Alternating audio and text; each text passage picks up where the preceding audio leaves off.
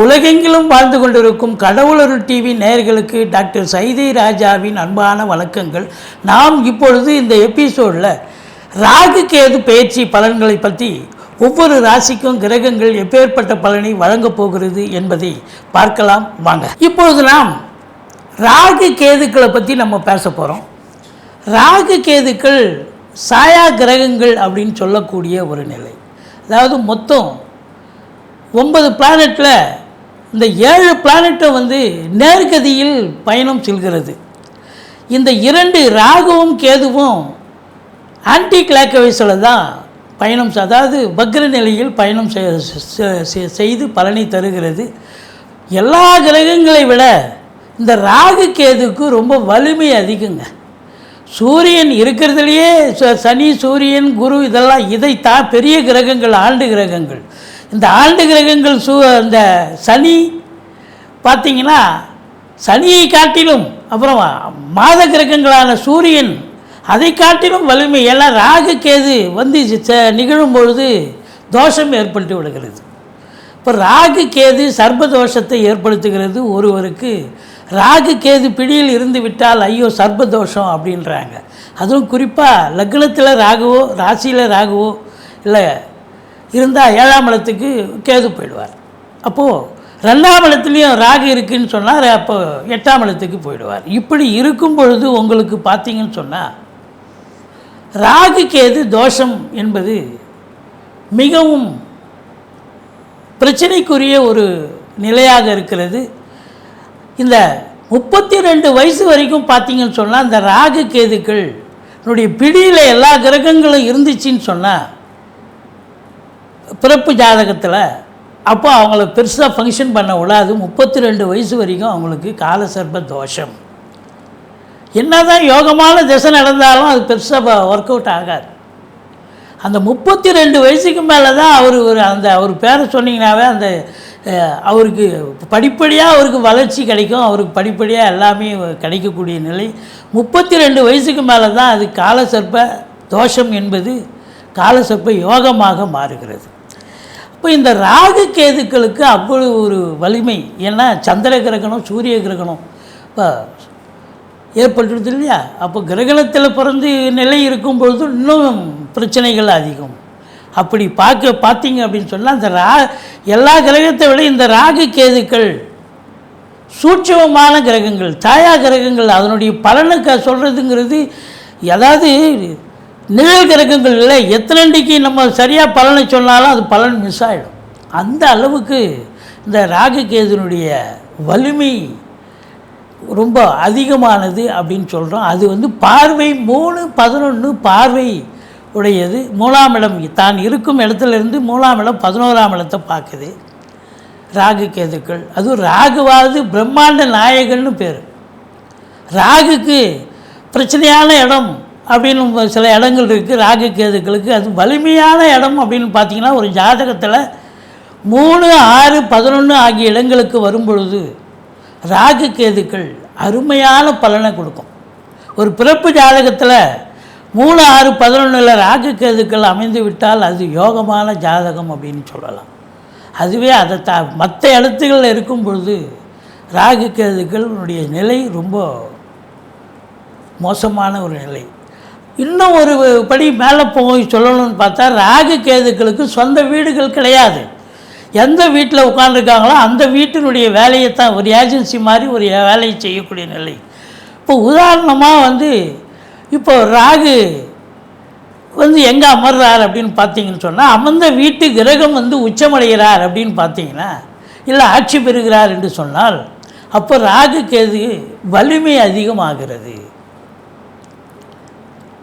சாணபலம் கூடுகிறது, வலிமை அதிகமாகிறது. ஸோ ராகு கேதுக்களுக்கு கொஞ்சம் சூட்சமான சில எத்தனை விதிகளை நம்ம கையில் எடுத்து பலனை சொன்னாலும் அது கொஞ்சம் பிரேக் ஆகி போயிடும். அந்த அளவுக்கு இந்த ராகு கேதுக்கள் சாயா கிரகங்கள் ரொம்ப எச்சரிக்கையாக பலன் சொல்ல வேண்டியதாக இருக்குது. ரொம்ப காஷியஸாக இருக்க வேண்டிய நிலை. இப்போ இந்த ராகு கேதுக்களுடைய வலிமை மற்ற கிரகங்களை விட அதிகம் அப்படின்னு நம்ம சொல்கிறோம். இப்போ உதாரணமாக ஒரு மேஷத்தில் ராகு இருக்குது, மேஷத்தில் செவ்வாயே இருக்கான்னு சொன்னால் செவ்வாய்க்கு அது ஆட்சி வீடாக இருந்தாலும் செவ்வாயை காட்டிலும் அந்த ராகுக்கு அங்கே வலிமை கூடுகிறது என்று சொல்லலாம். அப்படி ஒரு நிலை ராகுக்கு இருக்கிறது. இப்படி ராகு கேதுக்கள் பிறப்பு ஜாதகம் மட்டுமல்ல, கோச்சார ரீதியாக 1.5 ஆண்டு காலம் ஒரு ராசியில் சஞ்சாரம் செஞ்சு பலனை தராங்க. அப்போ 1.5 ஆண்டு காலத்திற்கு ராகு கேதுக்கள் ஒவ்வொரு ராசிக்கும் நல்லது செய்யுமா, இல்லை பாடாப்படுத்துமா, இல்லை நியூட்ரலாக இருக்குமா அப்படிங்கிறது நம்ம பலனை விரிவாக பார்க்கலாம் வாங்க. இந்த ராகுவுக்கு பெரும்பாலும் துர்க்கையை வழிபாடு பண்ணிங்கன்னு சொன்னால், அதாவது ராகு சரியில்லாத இடங்களில் அமர்ந்தால் துர்க்கையை வழிபாடு செய்து கொள்ளுங்கள். அதனால் வரக்கூடிய பலன் கொஞ்சம் விகிதாச்சாரம் குறையும். அதே போல் கேதுவுக்கு நீங்கள் பிள்ளையாரை வழிபாடு செய்தீர்கள்னு சொன்னால் ஓரளவுக்கு கொஞ்சம் தீட்சண்யம் குறையக்கூடிய தீய பலன்கள் விகிதாச்சாரம் குறையும் அப்படின்னு சொல்கிறோம். மற்றபடி பொது பலன் இந்த 1.5 ஆண்டு காலம் இப்பொழுது ஒவ்வொரு ராசியிலும் இருக்க போகிறது. இப்போ பாருங்கள், மீனத்தில் இருக்கும் ராகு இப்போது உங்களுக்கு எங்கே வந்திருக்கார் அப்படின்னா கும்பத்துக்கு வந்திருக்கிறார். கும்பம் அப்படின்னு பார்க்கும்பொழுது காலபுருஷனுக்கு 11வது இடம். இந்த ராகு பெயர்ச்சி அப்படின்னு பார்க்கும்போது உங்களுக்கு கும்பத்தில் கேதுன்னா ராகுன்னு சொன்னால் கேது சிம்மத்தில் உட்காருவார். அப்போது ஒரு கிரகம் பாசிட்டிவாக இருந்தால் ஒரு கிரகம் நெகட்டிவாக மாறுறதுக்கு வாய்ப்புகள் இருக்குது. சரி, கிரகங்களுடைய சஞ்சார நிலையை நம்ம 1.5 ஆண்டு காலம் அங்கே இருக்கிற பொழுது ஒவ்வொரு ராசிக்கும் என்ன பலனை தரப்போகிறது என்பதை பார்க்கலாம் வாங்க. சிம்ம ராசி அன்பர்களுக்கு வணக்கம். சிம்ம ராசி காலபுருஷனுக்கு 5வது ராசி. மகம், பூரம், உத்திரம் முதல் பாதம் உள்ளடக்கியது. இந்த சிம்ம ராசி அன்பர்களுக்கு இந்த 1.5 ஆண்டு காலம் ராகு கேது பேச்சு சாதகமாக இருக்குமா, பாதகமாக இருக்குமா? வாங்க பார்க்கலாம். இந்த ராகு பகவான் இது நாள் வரைக்கும் உங்களுக்கு 8ஆம் இடத்துல இருந்தார். அதுவே சரியில்லாத இடம்தான், பிரச்சனைகளை சந்திச்சிங்க. இப்போ 7ஆம் இடத்துக்கு வந்துட்டார். கேது பாருங்கள், உங்களுக்கு 2ல் இருந்த கேது இப்போ ராசிக்கு வந்துட்டார். அப்போது ராகு கேது பிடியில் லாக் ஆகிடுறீங்க. தோஷம், நாகதோஷம், அதாவது ராகு கேது பிடியில் வந்துச்சுன்னு சொன்னாலே என்னதான் தசாபுத்தி சிறப்பாக இருந்தாலும் உங்களுக்கு சாதிக்க முடியாது. எதையும் நடக்கும் அப்படிங்கிற மாதிரி இருக்கும், ஆனால் நடக்காது. இதுவும் 7ஆம் இடத்துல ராகு அப்படின்னு சொன்னாலே அவருக்கு ராகுக்கு சொந்த வீடு கிடையாது இல்லையா? அப்போது சனி பகவானுடைய வேலையை செய்வார். ஏற்கனவே சிம்மத்துக்கு சனி ஆகாது.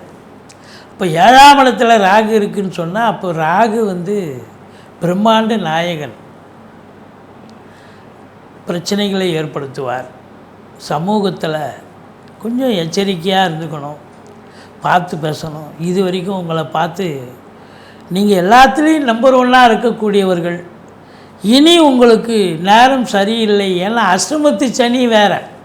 இந்த 1.5 ஆண்டு காலமும் உங்களுக்கு அஷ்டமத்து சனி நடக்குது. அப்போது எச்சரிக்கையாக தானே இருக்கணும். அஷ்டமத்து சனி, ராகு நிலை சரியில்லை, ராசியிலேயே கேது வந்துட்டார். அப்போது எந்த பக்கம் திரும்பினாலும் உங்களுக்கு லாக்கு வச்சுட்டான்டா அப்படின்னு சொல்கிற மாதிரி எச்சரிக்கையாக தாங்க இருக்கணும், ஜாக்கிரதையாக இருக்கணும். எதுலேயுமே நீங்கள் விழிப்புணர்ச்சி அதிகம். நீங்கள் உங்களை பொறுத்தவரையிலும் நம்பர் 1 இருக்கக்கூடியவர்கள் ஒரு பெரிய போஸ்ட்டில் இருப்பீங்க, ஒரு பெரிய நிறுவனத்தில் வேலை பார்ப்பீங்க, கீ போஸ்ட்டில் தான் இருப்பீங்க. அப்படி இருக்கக்கூடியவர்களாக இருந்தாலும் இப்போ உங்களுக்கு சுற்றி செக்கு வச்ச மாதிரி ஆகிப்போச்சு. எச்சரிக்கையாக இருக்கணுங்க, ஜாக்கிரதையாக இருக்கணும். யாருமே உங்களுக்கு நீங்கள் நினைக்கிற உங்கள் நண்பர்கள் கூட உங்கள்கிட்ட அதிகமாக இடம் கொடுத்து பிடி கொடுத்து பேச மாட்டாங்க. ஏன்னா அப்படி ஒரு நிலை, எதிர்ப்புகள் கிளம்பும். சென்றமிடமெல்லாம் சிறப்புன்னு சொன்ன மாதிரி இருந்ததெல்லாம் போக இப்போ சென்றமிடமெல்லாம் வெறுப்பு, யார் பார்த்தாலும் மூஞ்சி திருப்பிக்கிறாங்க ஐயா அப்படின்னு சொல்கிற நிலை ஏற்படும். அஷ்டமத்து சனி அசிங்கப்பட வைக்கும், அவமானப்பட வைக்கும். ஜாக்கிரதையாக இருக்கணும். இந்த 1.5 ஆண்டு காலம், அது 2.5 வருஷம் நடக்குது அஷ்டமத்து சனி. பட் இருந்தாலும் உங்களுக்கு இந்த ராகு கேது ஃபேவராக இருக்கான்னா அதுவும் ஃபேவர் இல்லை. வீடு கொடுத்த சனி பகவான் நல்ல நிலையை அவர் 8ல் போயிட்டாரே, அப்போ அவரே வந்து அஷ்டமத்துக்கு போயிட்டார் அப்படின்னா இப்போ ராகு என்ன பண்ணுவார்? அவரும் அஃப்கோர்ஸ் அவர் குரு பார்வையில் இருக்கார். அதனால் ஓரளவுக்கு இந்த ஓராண்டு காலம் ராகு செய்ய வேண்டிய தீய பலனை அவர் செய்ய இயலாது. நல்ல பலன் அப்படின்னு பெருசாக சொல்கிறதுக்கு இல்லைங்க. ஆனால் தீய பலனை அந்த ஓராண்டு குரு பார்வையில் இருக்கிறதால ஓரளவுக்கு தீய பலன்கள் நடக்க வாய்ப்புகள் குறைவு. ஏன்னா குரு மிதுனத்திலேருந்து 9ஆம் பார்வையாக பார்க்க போகிறார். சரி, கேது ராசியில் வந்துட்டார், அவ்வளோதான். நீங்கள் ஒரு தின்ஸாகவே இருப்பீங்க. இது வரைக்கும் ஒரு 10 பேர் 5 பேரோட கலகலன்னு இருக்கக்கூடிய ஒருத்தர். ஏற்கனவே நீங்கள் அப்படி ஒன்றும் கலகலன்னு இருக்க மாட்டீங்க. பட் இருந்தாலும் இப்போ தனிமை விரும்பி ஏகாந்த விரும்பி மாதிரி எல்லாம் எங்கே போனாலும் தனியாக தான் போவீங்க. வித்தியாசமாக இருப்பீங்க, ஞானி மாதிரி பேசுவீங்க. நீங்கள் பேசுகிறதே ஒரு குதர்க்கமாக இருக்கும் அப்படின்னு சொல்லணும். ஒரு 50 வயசுக்கு மேலே இருக்கிறவங்க ஆன்மீகத்தில் நாட்டம் அதிகமாகும் அப்படின்னு சொல்லலாம். ஏன்னா ராசியில் வந்து கேது வந்து உட்காந்துருக்காருன்னு சொன்னால் இருக்கிறத சுருக்குவார். நீங்கள் வந்து எப்போவுமே ஒரு பிரம்மாண்டத்தை நோக்கி போவீங்க, எதையும் ஈஸியாக அச்சீவ் பண்ணுவீங்க. இப்போ கேது வந்துட்டு ஐயோ நம்மளால் அது செய்ய முடியுமா, நம்ம அதை சாதிக்க முடியுமா அப்படின்னு ஒரு ஆசிலேஷன் மைண்டு ஏற்பட்டுடும். அதனால் ஜாக்கிரதையாக இருக்கணும். சில நேரங்களில் ஞானம் தோன்றி உங்களுக்கு நல்லதை போட்டும் நல்லது செய்யும்னு சொல்லலாம். பட் இருந்த போதிலும் உங்களுக்கு இந்த சனி பயிற்சி, அதாவது இந்த 1.5 ஆண்டு காலம் சனி சாதகமில்லை, ராகு கேதுவால் சாதகமில்லை, குரு பயிற்சி சாதகமான ஒரு நிலை. 11ஆம் இடத்துக்கு குரு வரார். என்னதான் அவர் உங்களுக்கு 5க்கும் 8க்கும் ஆதிபத்தியமாக இருந்தாலும் 11ஆம் இடத்துக்கு வருகிறார் அப்படின்னு சொன்னால் இந்த சிம்ம ராசி சிம்ம லக்னத்தில் பிறந்தவர்களுக்கு பிள்ளைகளால் பெருமை, பிள்ளைகளால் அருமை, பிள்ளைகளால் சம்பாத்தியம், சந்தோஷம், சமூகத்தில் பேரு புகழ் அந்தஸ்து உயர்வடைய போகிறது. பிள்ளைகள் சம்பாதிச்சு கொடுக்க போகிறாங்க அப்படின்னு சொல்லலாம். அந்த அளவுக்கு எல்லாம் 5க்குடையவன் உங்களுக்கு நல்லா இருக்கார், சந்தோஷமாக இருக்க போகிறீங்க. பூர்வீக சொத்தின் மூலம் நல்ல லாபம் சம்பாத்தியம் கிடைக்கக்கூடிய ஒரு நிலை. திடீர் அதிர்ஷ்ட வாய்ப்புகள் தேடி வரும், வரா கடன்கள் வசூலாகும் அப்படின்னு சொல்லணும். இருந்த போதிலும் உங்களை பொறுத்தவரையும் குரு பார்வை கோடி நன்மை.